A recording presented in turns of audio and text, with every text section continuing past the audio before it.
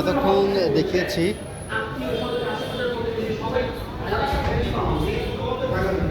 মসজিদের বাইরে বা দোতলা তিনতলা থেকে আবুল আহাবের ছেলেও রাসূল সাল্লাল্লাহু আলাইহি ওয়াসাল্লামের সাথে বেয়াদবি করেছে। এই ছেলেও রাসূল সাল্লাল্লাহু আলাইহি ওয়াসাল্লামের সাথে বেয়াদবি করেছে, সন্তানকে মানুষ বানাতে পারেনি। প্রসঙ্গক্রমে বলি, ঢাকা শহরের মানুষ সন্তানটাকে মানুষ বানানো, আগে মানুষ। আমি আমার ছাত্রদেরকে বলি, আগে মানুষ বল, তুমি আগে মানুষ বল। মানুষ নাই কোথায় বিশ্বাস করবে বলতাম কি? মানুষ নাই, মানুষ তো বহুত থাকে বেড়েছে। সবাই বড় ডাক্তার হতে পারবে না, বড় ইঞ্জিনিয়ার হতে পারবে না। আপনার ঘরে আপনার খেয়ে আপনার টাকায় আপনি মানুষ তৈরি করছেন, বিশ্বাস হয় না? যত দিন যাবে তত বুঝবেন হুজুর না, আমার ছেলের আপনাকে বৃদ্ধাশ্রমে পাঠাবে না, ঠিক আছে, কিন্তু আপনার ঘরটাকে এই বৃদ্ধাশ্রম বানিয়ে দিবে। আপনার ঘর ওটা বৃদ্ধাশ্রম হয়ে যাবে। কিভাবে জানেন? রুমে শুয়ে আছেন অসুস্থ, আপনার ছেলে আপনাকে অফিস থেকে এসে একটু দেখতে যাবে, সেই সময় তার হয় না। বুঝেন নাই? আপনার ছেলে আপনার কথা শোনার চেয়ে সে মোবাইল দেখাকে প্রায়োরিটি দিচ্ছে, প্রাধান্য দিচ্ছে। বিশ্বাস করেন? আপনি আপনার ছেলেটাকে বলেন, বাবা আসো 10টা মিনিট তোমাকে একটু কথা বলি। প্রকৃত ছেলে যদি হয়, সে মোবাইলের চেয়ে, সিনেমার চেয়ে, ছবির চেয়ে, দুনিয়ার খেলাধুলার সব কিছুর চেয়ে বাবার সাথে থাকাকে সে প্রাধান্য দিবে। এটা হলো আসল ছেলের পরিচয়। আর যেই ছেলে আপনার 5 মিনিট কথা শুনতে তার মাথা গরম হয়ে যায়, মোবাইলটা ঘন্টা পর ঘন্টা সে দেখবে, আপনি তাকে খারাপ বানাচ্ছেন। মাফ করবেন বাবা, আমি আপনার ছেলে হিসেবে বলছি। এই ছেলেগুলো আল্লাহর নিয়ামত, এগুলোকে আল্লাহ শিখান, দ্বীন শিখান, ইসলাম শিখান।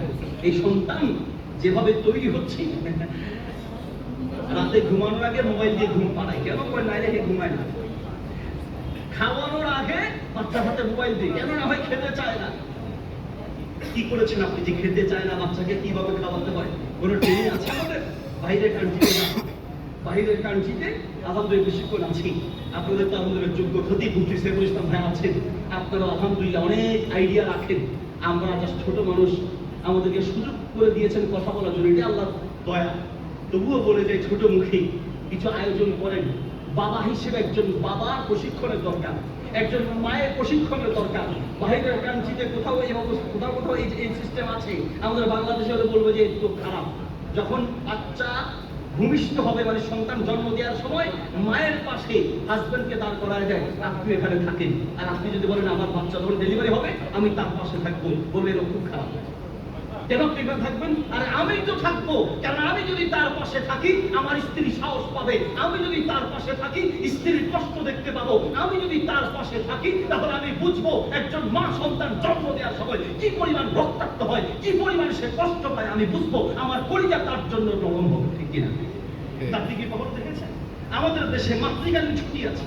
একটা সন্তান জন্ম দেওয়ার পরে মায়েদের জন্য ছুটি আছে, বাবাদের জন্য ছুটি নেই।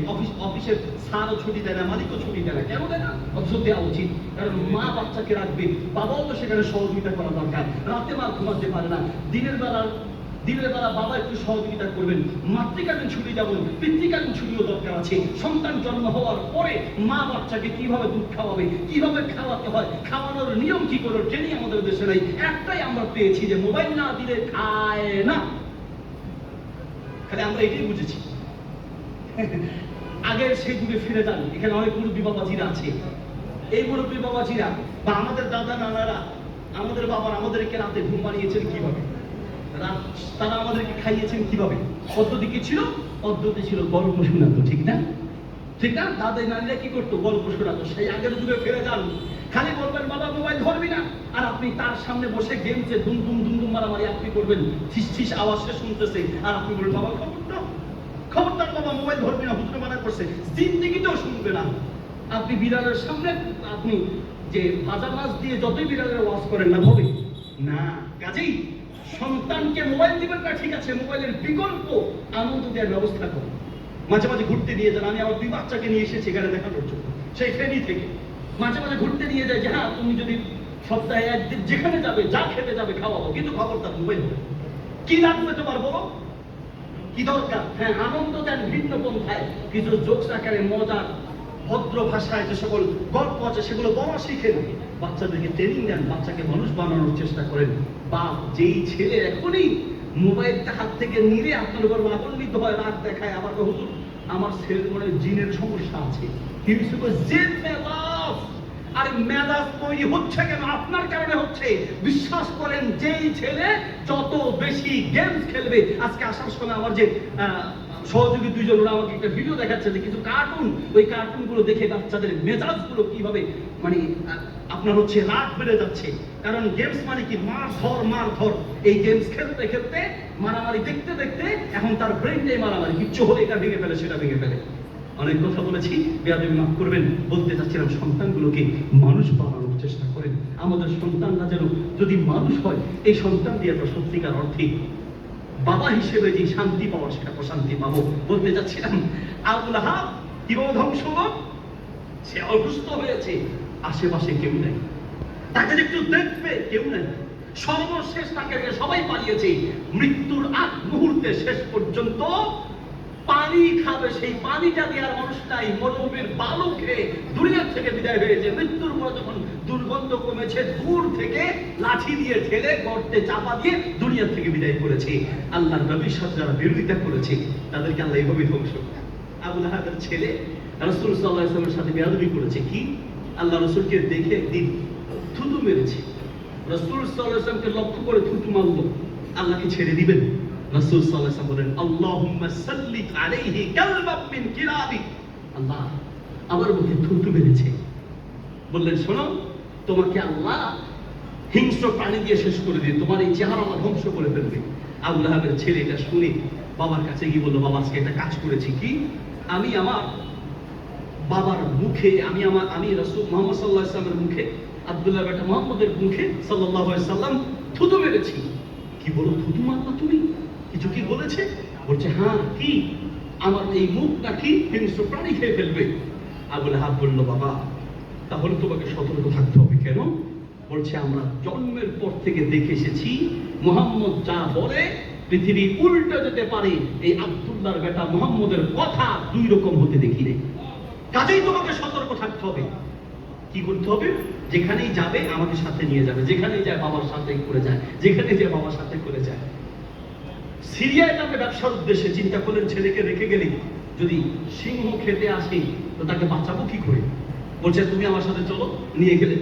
ব্যবসা করে ফেরার পথে আরবরা ওই যে তাঁবুটা নিয়ে থাকে, তো তারা তাঁবুটা নিয়ে এক জায়গায় থাকবে। এবং আবু লাহাবের ভয়, ওই যে বদদোয়া আছে যে কোন সময় বদদোয়া আবার লেগে যায়, কি করা যাবে?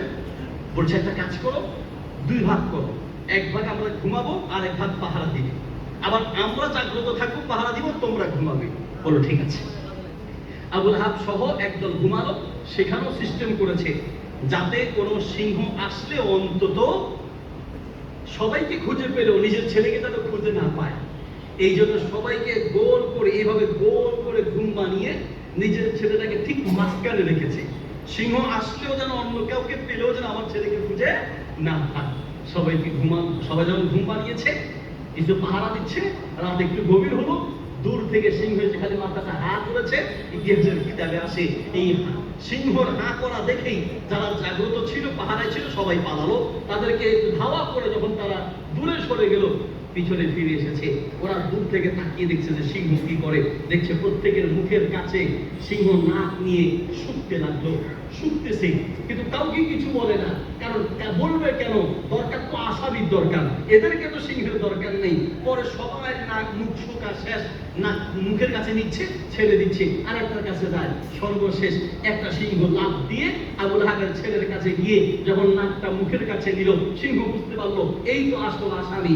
সর্বশেষ মাথাটা ধরে ছিঁড়ে মাথা থেকে শরীর আলাদা করে সেটা জঙ্গল নিয়ে পালিয়ে গেল। ইতিহাস শিক্ষা দেয়, যতজন আল্লাহর নবীর সাথে শত্রুতা করেছে, ইসলামের সাথে শত্রুতা করেছে, আল্লাহ তাদেরকে দুনিয়াতেই ধ্বংস করেছে। আল্লাহু আকবার। বলবেন, হুজুর এই ইতিহাস আমাদেরকে বলে তো লাভ নাই, আমরা তো হুজুর এরকম না। আমরা নবী সাল্লাল্লাহু আলাইহি ওয়াসাল্লামকে জীবন দিয়ে, প্রাণ দিয়ে, হৃদয় দিয়ে ভালোবাসি। কিন্তু কাজের কামে আপনি আল্লাহ রাসূলের বিরোধিতা করেন, জীবন দিয়ে ভালোবাসেন, এগুলো হলো মুখের চাপাবাজি। বুঝেন নাই? তোমরা থাকো আমার পিছনে, নেতা বক্তব্য দিচ্ছে, রক্ত লাগলে আমি রক্ত দিব। একজন বলতেছে যে আমি শুনলাম আপনার নাকি রক্ত শূন্যতা আছে, আপনি রক্ত দিবেন কি করে? আপনার তো নিজেরই রক্ত শূন্যতা, আপনি দিবেন কি করে?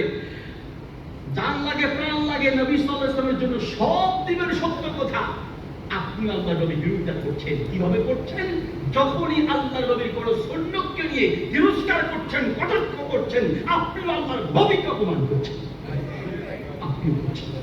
আমার মনে আছে শ্রীলঙ্কা মাহফিলের উদ্দেশ্যে গিয়েছিলাম, মালদ্বীপ যাব। মালদ্বীপ আমার মাহফিল ছিল। তা আমি একটু বাঁকা করা লাগবে, একটু দূরে গিয়ে বলছে, ভাই কিছু না মনে করে একটা প্রশ্ন করি। হ্যাঁ বলেন। আচ্ছা ভাই বলেন তো আপনাদের পড়ালেখার যোগ্যতা কি?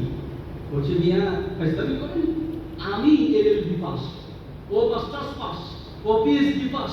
মানে এক একজন এক একটা ডিগ্রি। আমরা উচ্চশিক্ষিত মানুষ, আমাদেরকে বাস করতে চাইছেন না। হুজুর একটু দূরে গিয়ে কয় আপনারা এইটা পাস, এইটা এই বৃদ্ধাঙ্গ দেখা যাচ্ছে এটা পাস। এখন এটা দেখা তো মেজাজ আমাদের গরম হয়ে যায় না? তারা বলছে হাত বুঝাচ্ছে আর আজকে হুজুর ধরবো, বস্তায় ধরবো। হুজুর আপনি আঙুল দেখালেন কেন? হুজুর বলছে ভাই রাগ করেন না, আমি একটা জিনিস বুঝানোর জন্য আঙুলটা দেখালাম। এটা মানে বুঝলেন আপনি? বললো হুজুর বললো হ্যাঁ বুঝি তো। এই আঙুল দেখালে রাগ করেন কেন? এই আঙুলের মধ্যে কি আছে? এই আঙুলও তো আঙুল, এই আঙুলও তো আঙুল, এই চার আঙুলও তো আঙুল। এই চার আঙুল দেখালে কেউ রাগ করে না, এই আঙুল দেখালে রাগ করে, এই আঙুল দেখালে আউট হয়ে যায়। তাই এই আঙুল আর এই আঙুলে যেমন পার্থক্য আছে, ডান হাত আর বাম হাতেও পার্থক্য আছে। ডান হাতে খেতে হবে, বাম হাতে খাওয়া যাবে। যুক্তি দেখায় না। এগুলো শুনলে আমরা অনেকে মানে সুন্নতের কথা শুনলে কিছু মানুষের কথা এটা ওয়াজ হলো ভাই সুন্নতের উপরে কিছু সুন্নতের আমল আপনি না করলেও আপনি জাহান্নামে যাবেন না, কিন্তু সুন্নতের উপরে আমলের উপরে ভিত্তি করে প্রমাণ হয় আপনি আপনার নবীকে কতটুকু ভালোবাসেন। ঠিক কিনা? ইমাম আবু দাউদ রাহিমাহুল্লাহ নদীর এই পাশে দাঁড়িয়ে আছে, নদীর ওই পাশে একটা লোক হাসি দিয়েছে। হাসি দেখেন, হাসি দিলে কি বলতে হয়? আলহামদুলিল্লাহ। জবাবে কি বলতে হয়? ইয়ারহামুকাল্লাহ। তার জবাবে কি বলতে হয়? ইয়ারহামুকাল্লাহ। যখন হাসি দিয়েছে, হাসি দিয়ে লোকটা দৌড় দিয়ে দূরে সামনে চলে গেল। এখন ইমাম আবু দাউদ রাহিমাহুল্লাহ হাসি শুনলেন, কিন্তু ইয়ারহামুকাল্লাহ বলার আগে লোকটা দৌড় দিয়েছে। তিনি নৌকালাকে ডাকলেন, নৌকা ভাড়া করলেন। ভাড়া করে নৌকার পার করে ওই পারে গেলেন, গিয়ে তার কাছে গিয়ে বললেন ইয়ারহামুকাল্লাহ। লোকটা অবাক হয়ে বললো যে আমি তো আরো আগে হাসি দিয়েছি আর আপনি এখনই ইয়ারহামুকাল্লাহ বললেন। বললো শোনো, আমি ওই পাশে পারে ছিলাম, হাসি দিয়ে তুমি চলে এসেছো, হাসির জবাব ইয়ারহামুকাল্লাহ বলা সুন্নাত। আমি এই সুন্নাত আমল করার জন্য নৌকা ভাড়া করে নদীর ওই পাশ থেকে এই পাশে এসেছি। আমি জীবিত থাকতে একটা নবীর সুন্নাত বাদ যাবে আমি তা মানতে পারি না। এবার আপনি আপনাকে প্রশ্ন করেন, আপনি আপনাকে প্রশ্ন করেন জীবনে কত সুন্নাত আপনার চলে যাচ্ছে। আপনার সুন্নাতের উপর আমল করে প্রমাণ করবে আপনি কতটা আপনার নবীকে আপনি ভালোবাসেন। কতটা আপনি ভালোবাসেন সেটা আপনার সুন্নাত আপনাকে প্রমাণ করবে। ভাইরা আমার, মাথার চুল থেকে পায়ের তলা করছেন, কত সুন্নাত আপনি বাদ দিচ্ছেন। সংসারে ঘরে ঘরে অশান্তি, বিয়ের পরে হুজুর শান্তিতে নাই কেন? হুজুর বউ নিয়ে এক অশান্তি, স্ত্রী এক অশান্তি, আমি স্ত্রী চালানো মানে আমি বউ চালানো। হুজুর বিশ্বাস করবেন উল্টা বউ আমাকে চালায়, ঘরে ঘরে শান্তি। আপনার বিয়ের সূচনা হয়েছে হারাম দিয়ে, আপনি যৌতুক দেওয়ার মাধ্যমে হারাম করেছেন, গান শুরু করার মাধ্যমে হারাম করেছেন, নাচের অনুষ্ঠানের মাধ্যমে হারাম করেছেন। বিয়ের কোনো সুন্নাত আপনি পালন করেন নাই, শুধু নামাজে আসলে ঘড়ির দিকে তাকায় এই সুন্নাতটা মানেন। ঘরে আপনার সুন্নাত নাই। যদি সত্যিকার অর্থে নবীকে ভালোবাসেন, ঘরে যদি ইসলাম মানেন, মসজিদে যে ইসলাম যদি মানেন, ঘরেও মানতে হবে, ব্যবসায় মানতে হবে, বিয়ে শাদী সব জায়গায় যখন ইসলাম পরিপূর্ণ মানবেন, শান্তি তখন পাবেন, জান্নাতের আশা তখন করা যায়। নবী সাল্লাল্লাহু আলাইহি ওয়াসাল্লাম বিয়ের প্রথম রাতে স্ত্রীর কপালে হাত দিয়ে একটা দোয়া শিখিয়েছেন, এটা বলা সুন্নাত। স্ত্রীর মাথা কপালে হাত দিয়ে দোয়াটা পড়লে ওই স্ত্রীকে আপনি অশান্তি পাবেন না, কষ্ট পাবেন না, দুঃখ পাবেন না, শান্তিতে আল্লাহ ভরপুর করে দিবেন। এই দোয়া পড়ার টাইম করে বোনের বাড়ির সাথে সবই তো শেষ। এখন তারা বিয়ে করে ফেলছেন, তারা চিন্তা করতে হুজুর তখন তো বুঝি নাই, এখন বুঝছি, এখন কোনো কাফারা আছে কিনা এটা বলেন। কাফারা লাগবে তাই না? কোনো কাফারা নাই। এখন আমার আল্লাহর কাছে দোয়া করতে পারলাম, তখন বুঝি নাই তুমি মাফ করো, আল্লাহ মাফ করলে মাফ পাবেন। আল্লাহ কবর পর্যন্ত সেই বিচার মানে সেই ধাক্কা খেতে খেতে যেতে হবে। বলতে চাচ্ছিলাম যে আপনার প্রত্যেকটা ক্ষেত্রে রাসূল সাল্লাল্লাহু আলাইহি ওয়াসাল্লাম যে সুন্নাতগুলো আছে সেগুলো মানার চেষ্টা করবেন। ইনশাআল্লাহ তাআলা প্রত্যেকটা সুন্নাতের ভিতরেই মানবতার কল্যাণ আছে। আমার মনে আছে আমার যে বড় ছেলেটার বক্তব্য আপনার ইন্টারনেটে শুনেন, ওর হার্টের একটা অপারেশন আছে। ওকে নিয়ে আমি একবার অপারেশন করার জন্য সিরাজগঞ্জ একটা মেডিকেল হসপিটালে গিয়েছিলাম। সেখানে কয়েকজন ডাক্তারকে দেখে অবাক হলাম।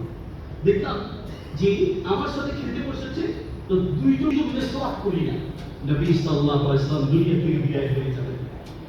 বিদায়ের আগ মুহূর্তে আমার দিকে তাকান, বিদায়ের আগ মুহূর্তে রাসূল সাল্লাল্লাহু আলাইহি ওয়াসাল্লাম একটু ভালো করে শুনেন, আমি কিন্তু সেটা প্রশ্ন করব, উত্তর দিতে পারলে পুরস্কার দিব ইনশাআল্লাহ। আমার আলোচনার মধ্যে থেকে প্রশ্ন করব, উত্তর দিলে পুরস্কার দিব ইনশাআল্লাহ। এক নম্বর ভুল করি বিসমিল্লাহ বলি না, দুই নম্বর ভুল করি হাত লাগানো খিলাফ করি না, তিন নম্বর ভুল করি আমরা মিসওয়াক করি না। নবী সাল্লাল্লাহু আলাইহি ওয়াসাল্লাম দুনিয়া থেকে বিদায় হয়ে যাবেন। আয়েশাকে বললেন, আয়েশা একটা শুধু ইশারা দিলেন, মুখে বলেন নাই, শুধু ইশারা দিলেন। বউর মতো বউ হলে মুখ দিয়ে বলা লাগে না, ইশারা দিলেই বুঝতে পারে, ঠিক না? শুধু ইশারা দিলেন মেসওয়াক নিয়ে আসলো, চিবিয়ে মেসওয়াক করতে যাবেন কিন্তু মেসওয়াক শক্ত হওয়ার কারণে করতে পারছেন। আয়েশা রাদিয়াল্লাহু তাআলা আনহা তাও বুঝলেন, মেসওয়াক চিবিয়ে নরম করে দিলেন। মৃত্যুর আগ মুহূর্তেও মেসওয়াক পরে দুনিয়া থেকে বিদায় হয়েছেন। আল্লাহু আকবার। তিন নম্বর ভুল করে মেসওয়াক করি না। চার নম্বর হচ্ছে কুলি কুলি শক্ত। হাদিসের যে কুলি আছে, এই কুলি করবো তোমরা বুঝিও না। হাদিসে কোন কুলি আছে ওলামায়ে কেরাম আছেন, হাদিসে শব্দ এসেছে তামাদমাদা। তামাদমাদা মানে হলো ইদখালুল মা'i ফিল ফামি ফাতাহরিকুহু সুম্মা ইনজালু, মুখের ভিতরে পানি দিয়ে এই পানিটা চারপাশে নাড়ানো, এটার নাম হচ্ছে কুলি। মুখে পানি দিয়ে পালে একটু গড়গড়া করবেন, চারপাশে নাড়াবেন, এটার নাম হচ্ছে কুলি। আর আমরা যে কুলি করে মুখে পানি দিয়ে ফুস ফুস, এটা কুলি হয় না, ফুস হইছে, কুলিটা ছোট করে দেখবেন না। চার নম্বর ভুল করি নাকে পানি দেয় শব্দ নাক ঝাড়ি না। হাদিসে শব্দ এসেছে ইস্তানশাকা ওয়াস্তানসারা। ইস্তানশাক মানে নাকে পানি টেনে নেওয়া, এটা আমরা অভ্যাস মতো নাকে পানি দিবেন। আর ইস্তানসারা নাক ছাড়া, নাক দিয়ে টেনে নেওয়া বলো যেটা কেমনে আমি তো পড়ে যাবে, এটা অভ্যাস করে সম্ভব। না পারলে তো নাকে পানি দিবেন। আর ইস্তানসার মানে নাক ছাড়া, নাকে পানি দিয়ে নাক ছাড়ি না। পাঁচ নম্বর ভুল করি, এরপর ভুল করি মুখ ধুই সত্য কিন্তু দাড়ি খিলাল করি না। দাড়ি খিলাল করি না। রাসূল সাল্লাল্লাহু আলাইহি ওয়াসাল্লাম দাড়ি খিলাল করতেন। দাড়ি যদি চাপ দাড়ি হয় তাহলে এক কোষ পানি নিয়ে দাড়ির মধ্যে দিবেন। আর যদি হালকা দাড়ি হয়, হালকা মানে বুঝছেন, এটারে আবার কেউ ছাগলের দাড়ি বলবেন না। দাড়ি হালকা, এটার নাম রাখছে ছাগলের দাড়ি। দাড়ি কেমন ছাগলের দাড়ি হয়? দাড়ি যদি হালকা হয় সেটা খিলাল করবেন, আর যদি ঘন হয় তাহলে এক কোষ পানি নিয়ে আপনি খিলাল করে দাড়ির মধ্যে দিয়ে দিবেন। এরপর ভুল করি হাত ধুই সত্য কিন্তু আমরা ওই যে কলুইটা খালি থেকে যায়, এই জন্য ইমাম মুহাম্মদ রাহিমাহুল্লাহ বলেন যে কলুই সহ ধৌত করবে, তাহলে আর কলুই খালি থাকার সম্ভাবনা নেই। এরপরে মাথা মাসে করতে দাঁড়িয়ে তো 90%। মাথা মাসে কিভাবে করতে, আমার দিকে তাকান, এইভাবে হাত সামনের দিক থেকে পিছন দিকে প্র্যাকটিক্যাল করেন। লজ্জার কিছু নাই, ইসলাম শিখতে লজ্জার কিছু নাই। সামনের দিক থেকে দিকে একবার পিছন দিকে যাবেন, আবার পিছন থেকে সামনের দিকে আসবেন। আমি আবার দেখাচ্ছি, এই যে সামনের দিক থেকে পিছন দিকে যাবেন, পিছন দিক থেকে আবার সামনের দিকে আসবেন। এই দুই আঙ্গুল দিয়ে কানের ভিতরে আর এই বৃদ্ধাঙ্গুল দিয়ে কানের বাহিরে আপনি মুছে দিবেন, প্লাস মাথা মাসে শেষ। মাথা মাসে আমি আবার বলছি সামনের থেকে পিছনে, পিছন থেকে সামনে। এরপরে ভুল করি মাথা মাসে করলেও কান মাসে করি না, এটা আমাদের ভুল থেকে যায়। এরপরে ভুল করি আমরা পা ধুই সত্য পায়ের আঙ্গুলগুলো খিলাল করি না, পায়ের আঙ্গুলের মাঝে এইভাবে খিলাল করতে হয়। এরপরে ভুল করি ওযু শেষ করে মনে হয় আমাদেরকে কেউ দৌড়ের প্রতিযোগিতা লাগিয়ে দিয়েছে, নামাজের জন্য দৌড় দিই, অথচ ওযু করার পরে রাসূল সাল্লাল্লাহু আলাইহি ওয়াসাল্লাম থেকে তিনটা দোয়া আছে। একটা হলো কালিমায়ে শাহাদাত। নবী সাল্লাল্লাহু আলাইহি ওয়াসাল্লাম বলেন যে ব্যক্তি ওযু করার পরে একবার কালিমায়ে শাহাদাত পড়বে ওই ব্যক্তির জন্য জান্নাতের 8টি দরজা খুলে দেওয়া হয়, যেই কোনো দরজা দিয়ে ইচ্ছে জান্নাতের মেহমান হবে। দুই নম্বর আরেকটি দোয়া আছে, আল্লাহুম্মা জাআলনি মিনাত তাওয়াবিন ওয়া জাআলনি মিনাল মুতাতাহহিরিন। এরকম আরেকটা আমল আছে, সেটা হচ্ছে ওযু করার পরে 2 রাকাত নফল নামাজ পড়া। নবী সাল্লাল্লাহু আলাইহি ওয়াসাল্লাম মিরাজ থেকে এসে বেলালকে ডাক দিয়ে বললেন, বেলাল ইন্নী সামিতু দাফান আলাইকা ফিল জান্নাহ। ও বেলাল, তুমি দুনিয়ায় আর আমি মিরাজে গিয়ে জান্নাতে তোমার পায়ের আওয়াজ শুনেছি। বেলাল বলো তো এমন কোন আমল করো? ইয়া রাসূলুল্লাহ, একটা আমল করি, কি ওযু করার পরে 2 রাকাত নফল নামাজ আদায় করব। সুবহানাল্লাহ। আমলগুলো করব আজকে ইনশাআল্লাহ। ইনশাআল্লাহ। এই ওযু করার পরে ওযুর মধ্যে দেখেন এক ওযুতে কতগুলো সুন্নাত আমরা শিখি। ও এক ওযুতে দেখুন আমরা কতগুলো বলছি, ভুল করে পদে পদে ধরি সিরাতের মূল শিক্ষা কি ইতিহাস জানলেন, শুনলেন, অনেক কিছু জানলেন, কিন্তু নিজের জীবনে বাস্তবায়ন করতে পারলেন না। তাহলে মূলত আপনি সত্যিকার অর্থে, এর নাম হচ্ছে রাসূলের সিরাতের অনুসরণ। রাসূল সাল্লাল্লাহু আলাইহি ওয়াসাল্লাম কিভাবে খেয়েছেন, কিভাবে হেঁটেছেন, কিভাবে বসেছেন, আল্লাহু আকবার, অবাক হয়ে যাবেন, অবাক। তো আমি চিন্তা করলাম যে খালি পায়ে কেন তিনি হাঁটতেন? ইন্টারনেটে সার্চ দিয়ে দেখলাম বহু বিজ্ঞানীদের অভিমত হলো খালি পায়ে মাঝে মাঝে হাঁটার মধ্যে রক্তের সঞ্চালন, মস্তিষ্কের উপকারিতা সহ অনেকগুলো শারীরিক উপকারিতা আছে খালি পায়ে মাঝে মাঝে হাঁটার মধ্যে। এর মানে এই নয় যে আপনি যেখানে সেখানে খালি পায়ে যাবেন, যেখানে কাজ ভাঙা আছে লেগে গেছে, তা নয়। মাটিতে সম্ভব হলে মাঝে মাঝে খালি পায়ে হাঁটার মধ্যে উপকারিতা আছে। যেমন একজন বিজ্ঞানী ইন্টারনেটে পেলাম, তিনি একটা লেখা পেলেন, লেখা আছে ইদা বালাগাল কালবু ফি ইনাই আহাদিকুম ফাগসিলুহু সালামা রাব। যখন কোন পাত্রে কুকুর মুখ দিবে, সেই পাত্রটা 7 বার ধুতে হবে এবং প্রত্যেকবার এবং ধোয়ার ক্ষেত্রে একবার মাটি দিয়ে ধুতে হবে। সেই বিজ্ঞানী তিনি অবস্থিত ছিলেন, চিন্তা করলেন ঘটনা কি, পাত্রে কুকুর মুখ দিয়ে মাটি দিয়ে ধুতে হবে কেন? তিনি জিজ্ঞেস করলেন কার কথা? একজন মুসলিমকে জিজ্ঞেস করলেন যে আল্লাহ রাসূলুল্লাহ সাল্লাল্লাহু আলাইহি ওয়াসাল্লাম, এই যে লেখাটা এটা কে বলেছে, কোন মনীষী বলতে পারে? তখন একজন মুসলিম বলল, এটা আমাদের ধারণা নবী মুহাম্মদ রাসূলুল্লাহ সাল্লাল্লাহু আলাইহি ওয়াসাল্লাম তিনি বলেছেন। বিজ্ঞানী জিজ্ঞেস করলেন তিনি বলেছেন, কেন বলেছেন, কারণটা কি? তিনি বললেন যে কারণ কি জানি না, তবে এতটুকু জানি আমাদের নবী কোনো কথা হয়তো বলেন না, তার প্রত্যেকটা কথার মধ্যে কোনো না কোনো কিন্তু আছে, কোনো না কোনো কারণ আছে। তিনি কারণ ছাড়া বলেন অবশ্যই এর মধ্যে উপকারিতা আছে। বলবো তাহলে তুমি বলছেন যে বুঝো আপনি পরীক্ষা করে দেখেন। তিনি গবেষণাগারে গেলেন, কুকুর নিয়ে আসলেন, একটা পাত্রের মধ্যে খাবার দিলেন, কুকুরকে খেতে দিলেন, সরিয়ে ফেললেন, পরীক্ষা করে দেখলেন, সাধারণ পানি দিয়ে ধুলেন, আবার পরীক্ষা করলেন, আবার ধুলেন, দেখলেন যে না, যতবারই ধোয়া হচ্ছে এটা জীবাণু মুক্ত হচ্ছে না। তিনি সর্বশেষ মাটি দিয়ে ভালো করে ধুয়ে এরপর পরীক্ষা করে দেখলেন, মাটি দিয়ে ধোয়ার পরে কোনো জীবাণু এটার মধ্যে নিযুক্ত নেই। এরপরে তিনি সিদ্ধান্ত নিলেন যে এই হাদিসের উপকারিতা পেয়ে সর্বশেষ ইসলাম গ্রহণ করে তিনি মুসলমান হয়েছে। এইভাবে আপনাকে যদি বলি রাসূল সাল্লাল্লাহু আলাইহি ওয়াসাল্লাম প্রত্যেকটা সুন্নাত হয়তো এখন মানুষ না, ভবিষ্যতে মানতেই হবে। পৃথিবী উল্টে যেতে পারে। বিজ্ঞানীরা একবার এক রকম বলে, একবার বলে মায়ের শাল দুধ খাওয়া যাবে না, আবার বলেন এটার মধ্যে উপকারিতা, একবার বলে যে ডিমের কুসুম খাওয়া যাবে না, আরেকবার বলেন এটার মধ্যে উপকারিতা। বিজ্ঞানীরাও যে কুলকুলফি ফালাকি নিয়াসবাহুন, পৃথিবীর গ্রহ উপগ্রহ যেমন ঘুরে, বিজ্ঞানীদের কথাও ঘুরে, বিজ্ঞানীদের কথা ওলট পালট হয়, কিন্তু আল্লাহ যা বলেছেন, আল্লাহর নবী যা বলেছেন, পৃথিবী উল্টে যেতে পারে, ইসলামের একটা কথা উল্টাতে পারবে না। ঠিক কিনা? পৃথিবী প্রত্যেকটা ক্ষেত্রে ইসলাম যেখানে যা বলেছে তা মানতে বাধ্য। হয়তো এখন স্বীকার করবে না, ভবিষ্যতে হলেও স্বীকার করবে। নবী সাল্লাল্লাহু আলাইহি ওয়াসাল্লাম বলেছেন খামসুম মিনাল ফিতরাতি, আল্লাহর নবীর ফিতরাতের সুন্নাত হলো 5টা। নাম্বার 1 নম্বর ফিতরাতের সুন্নাত হলো পাঁচটো শাড়ি মোজ কেটে ছোট করে রাখা হচ্ছে সুন্নাত। কিছু মানুষের মুখের বাম্পার দেখলে মাশাআল্লাহ, মুখের বাম্পার কাকে বলে? আমরা ভারত থেকে মাঝে মাঝে দেখি, বিভিন্ন জায়গায় দেখি যে জল্লাদ মার্কা মোজ, এটার নাম আছে, এমনি ঘুরে যায় বাংলার পাঁচের মতো গালের উপরে রেখে, মানে মুখের বাম্পার। ইসলাম বলে, রাসূল সাল্লাল্লাহু আলাইহি ওয়াসাল্লাম বলেন মান লাম ইয়াকুশ শারিবাহু ফালাইসা মিন্না, যে ব্যক্তি মুখ ছোট করলো না সে আমার উম্মত হতে পারলো না। মুখ ছোট করা ফিতরাতের সুন্নাত। 2 নম্বর তাকলিমুল আসফার, আঙ্গুলের নখ কেটে সমান করে রাখা ফিতরাতের সুন্নাত। আঙ্গুল বড় রাখলে ডাক্তার বলছে, চিকিৎসা বিজ্ঞানীরা বলছে এটা মানুষের গার ভিতরে ময়লা জমে, সাধারণ ধোয়ায় যায় না, এগুলো পেটে গেলে মধ্যে মুখস্থ হবে। ইসলাম 1400 বছর আগে বলেছে। বর্তমান ইয়ং জেনারেশন স্টাইল বুঝেন না? একটু বলি, তরুণ যুবক ভাই আছেন, আমিও যুবক, একটু বলি, স্টাইলের নামে আমাদের যুবকদের জীবন ধ্বংস করার এক গভীর ষড়যন্ত্র চলছে।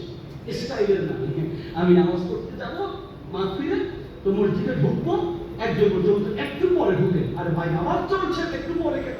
মানে হুজুর একটু পরে ঢুকেন, ঢুকেই দেখছি যখন তার কথা মানি নাই, একবার একটা জায়গায় ঢুকতে দেখলাম যে মাশাআল্লাহ কেন নিষেধ করে, কেমন বুঝলাম, এমন স্টাইলের প্যান্ট পরেছে। ও যখন শেষদায় যায়, ও থাকে বাংলাদেশে, ওর প্যান্ট যায় ভারতে, মাঝখানে সারের বেলাও দেখা যায়। এই হলো সমাজের বাস্তব। বলতে স্টাইলের নামে আমাদের নারী পুরুষদেরকে উলঙ্গ বানানো হচ্ছে। স্টাইলের নামে একটা বড় একটা ছোট, এটা হলো পশুদের স্টাইল, মানুষের স্টাইল হতে পারে না। 3 নাম্বার ফেতরার সুন্নত হলো নাকতুল ইবিদি, গোবরের নিচের পশম 40 দিন আগে কাটা সুন্নত। এটা 40 দিন আগে যদি কাটা না হয় তাহলে কি অবস্থা হয়? কিছু মানুষ তো মাশাআল্লাহ 2 হাত আকাশের দিকে উঠালে মনে হবে আফ্রিকার জঙ্গল হয়ে আছে, কত বাঘ আর ভাল্লুক যেখানে আছে আল্লাহই ভালো না।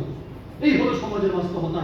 নাকতুল ইবিদি, গোবরের নিচের পশম 40 দিন আগে কাটতে হবে। আল ইস্তিদার, নাদের নিচের পশম 40 দিন আগে কাটতে হবে। আল ইখতিতান, মুসলমানি বা খতনা করানো রাসূল সাল্লাল্লাহু আলাইহি ওয়াসাল্লামের সুন্নাহ আদর্শ। কেন খতনা করাতে হবে? এক সময় ইসলাম বিদ্বেষীরা ফেসবুক ইন্টারনেটে তুমুল ঝড় তুলেছে, বাচ্চা ছোট মানুষ কেন তার এই চামড়াটা কাটতে হয়, কেন খতনা করাতে হবে, কেন মুসলমানি করাতে হবে। এখন আর বিরোধিতা করে না, কারণ ইউরোপ আমেরিকার বহু অমুসলিমদেরকেও এমন বৃদ্ধ বয়স মুসলমানি বা খতনা করাচ্ছে। কারণ যারা মাফ করবেন, চামড়া না কাটার কারণে চামড়ার ভিতরে ময়লা জমতে জমতে সিফিলিস, গনোরিয়া সহ বিভিন্ন রোগ হওয়া শুরু করেছে। ছোটবেলায় খতনা করে এখন বুড়া বয়সে খতনা করছে। কাজে বুঝো বা না বুঝো, রাসূলের প্রত্যেকটা সুন্নাহ মানার মধ্যে কল্যাণ। গবেষণা বিরোধিতা করতে এসো না, ধ্বংস হয়ে যাবে। মা আপনা আনহু মালুহু ওয়া মা কাসাব। মনে দেখো আবু লাহাবকে দিয়ে পৃথিবীর মানুষকে শেখানো হচ্ছে। আবু লাহাব থেকে শিক্ষা গ্রহণ করো। আবু লাহাবের নাম আবু লাহাব নয়, তার নাম হচ্ছে আব্দুল উজ্জা, উজ্জার বান্দা। আব্দুল উজ্জা আসল নাম কোরআনে কেন আনে নাই? এই কথাটা আনার মানেই তো স্বীকৃতি দেয়া যে সে উজ্জার বান্দা। এই জন্য আল্লাহ আব্দুল উজ্জা ব্যবহার না করে ব্যবহার করেছেন আবু লাহাব। আবু লাহাব মানে আগুনের মতো আগুনওয়ালা, মানে আগুনের মতো সে সুন্দর ছিল। আগুন যখন জ্বালানো হয় এই এরিয়াটা, এটা মানে খুব আলোকিত হয় না? আবু লাহাব দেখতে খুব সুন্দর ছিল, একেবারে ফকফকে সাদা ছিল, সুন্দর ছিল। আল্লাহ আবু লাহাবকে বোঝানোর জন্য আবু লাহাব বলেছেন, আবু লাহাবকে যখন আল্লাহ বলেছেন মা আপনা আনহু মালুহু ওয়া মা কাসাব, তার সম্পদ তার সন্তান সন্ততি তাকে বাঁচাতে পারে নাই। ওয়ামরাতুহু, এরপর এই সূরার মধ্যে একটা অংশ আছে, ওয়ামরাতুহু হাম্মালাতাল হাতাব, তার স্ত্রীও ধ্বংস হবে। শুধু যে সে ধ্বংস হবে তা নয়, তার স্ত্রীও ধ্বংস হবে। কেন ধ্বংস হবে? হাম্মালাতাল হাতাব, সে কি করত? কাজ বহন করত। বিভিন্ন ব্যাখ্যা আছে। একটি ব্যাখ্যা হচ্ছে সে রাসূল সাল্লাল্লাহু আলাইহি সাল্লামের নামে বদনাম ছড়াতো, নিন্দা ছড়াতো। এখনো দেখবেন মহিলারা, স্ত্রী, ওয়াইফ বা আপনার আশেপাশের মহিলাদের সম্পর্কে দেখবেন, জানবেন ফেসবুকে এর মধ্যে আপনারা প্রমাণ পেয়েছেন।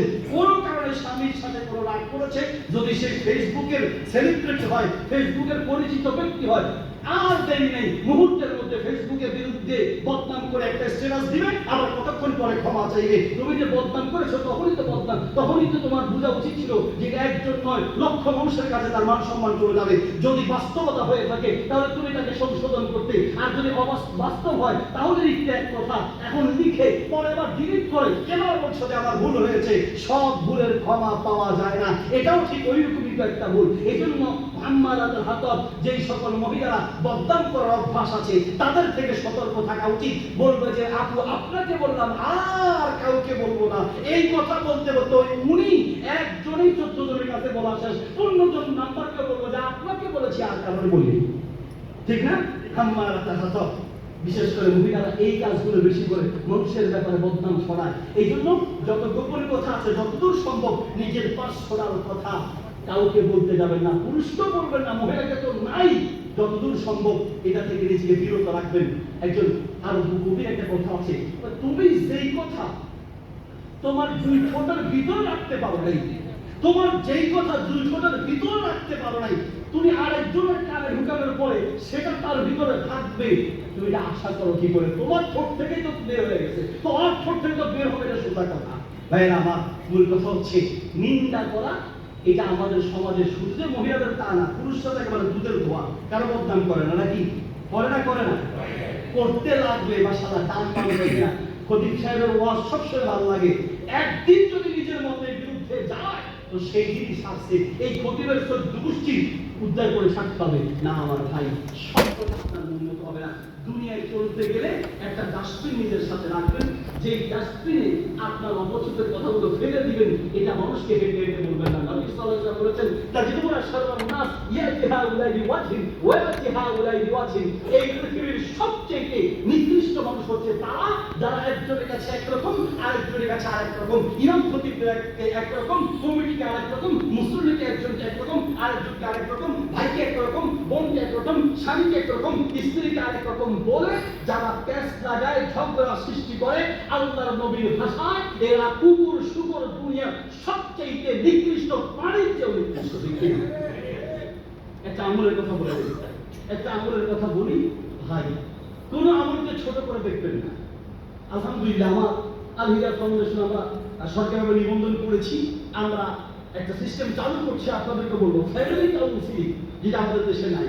স্বামী স্ত্রীর সাথে ঝগড়া হয়েছে, সে যে কারো কাছে গিয়ে একটা পরামর্শ চাইবে এই সুযোগটা নেই। যার কাছে যাবে সেই মানে তার কাছে বলাটা বলেছে সান্ত্বনার জন্য, বরং এটাও অশান্তির কারণ হবে। বলেছে শান্তির জন্য বন্ধুর কাছে, দেখা যায় এটাই অশান্তির কারণ। ওরে তোর বউ, আমি জানি তো। এইভাবে শুরু হবে। কোন দিন বলবে? যেই দিন আপনার বিরুদ্ধে লাগবে। ফ্যামিলি কাউন্সিলিং এ আপনি কষ্ট পেলে যে কারো কাছে গিয়ে সান্ত্বনা নেবেন, এই জন্য কিছু যোগ্য, দক্ষ, আমাদের দ্বারা দরকার, যাদের কাছে আপনি মনের দুঃখের কথা বলবেন। কখনো, প্রসঙ্গক্রমে বলছি, কখনো একা থাকবেন না। কষ্ট পেয়েছেন, স্ত্রী দিয়ে কষ্ট পেতেই পারেন, সন্তান দিয়ে কষ্ট পেতেই পারেন, একা কখনো থাকবেন না। আমাদের দেশের মনে আছে আপনাদের হয়তো, বাংলাদেশে যেগুলো একজন নায়কের শ্বশুর নিজের মাথায় নিজেই গুলি করেছিল, আপনারা লাইভ হয়তো অনেকে দেখেছেন, ঠিক না? কেন? তার একটা অশান্তি একা আছে। অনেকেই বাড়িতে, রুমে, ঘরে পৌঁছে দুর্গন্ধ বের হওয়ার পরে মানুষ বুঝেছে এখানে একটা লোক মারা গিয়েছে। এই জন্য ইসলাম বলে এক ছাদের নিচে একা ঘুমাবে না। তোমার পাশে বা তুমি যে মৃত আছো, কেউ না কেউ তোমার পাশে থাকতে হবে, বিপদে আপদে তোমার কাজে আসবে। একা থাকবেন না। টেনশন হচ্ছে, ঝগড়া হয়েছে, খারাপ লেগেছে, এমন কারো কাছে যান যার কাছে গেলে আপনি সান্ত্বনা পাবেন। একা থাকলে শয়তান আপনাকে সুইসাইড থেকে শুরু করে বিভিন্ন ধরনের কুমন্ত্রণা দিবেন। মুরব্বী বাবা যারা আছেন, ছেলে মেয়ে সবগুলোকে বিদেশে পাঠায় দিয়ে এবার আপনি একা পড়ে আছেন। দুঃখের কথা বলবেন কেউ নেই, সুখের কথা বলবেন কেউ নেই। না, এমনটা নয়, কাউকে না কাউকে আপনার পাশে রাখার চেষ্টা করবেন। ফ্যামিলি কাউন্সিলিং আমাদের দেশে খুব জরুরি। বলতে চাচ্ছিলাম, কোনো আমলকে ছোট করে দেখবেন না। একটা বড় আমল, সেটা কি? রাসূল সাল্লাল্লাহু আলাইহি ওয়াসাল্লাম বলেন, আলা উখবিরুকুম, আমি কি তোমাদেরকে জানিয়ে দিব না, বিআফদালা দারাজাতাস সিয়ামি ওয়াস সালাতি ওয়াস সাদাকা, নামাজের চেয়ে, নফল নামাজের চেয়ে, দান সদকার চেয়ে, এমনকি রোজার চেয়েও বেশি সওয়াব এমন একটা আমলের কথা কি বলবো? বাবা ইয়া রাসূলুল্লাহ বলেন, তাড়াতাড়ি বলেন। সেই আমল কি হলো? দুই মুসলমানের ঝগড়া লাগলে এই দুজনকে বুঝিয়ে সুঝিয়ে যদি মিলিয়ে দিতে পারো, দান সদকার নামাজ রোজার চেয়ে বেশি সওয়াব পাবে। আল্লাহু আকবার। আজকে থেকে আমলটাকে রাজি আছি ইনশাআল্লাহ। মিলাবো নাকি খাবো শিখবো, মিলে যাচ্ছে। কত বড় আমল আপনি দেখেন ভাই, কোন আমলে কাকে কখন আল্লাহ নাজাত দেয় বলা যায়। শেখ সাদি রহিমাহুল্লাহ একটা ইতিহাস করেছি। তিনি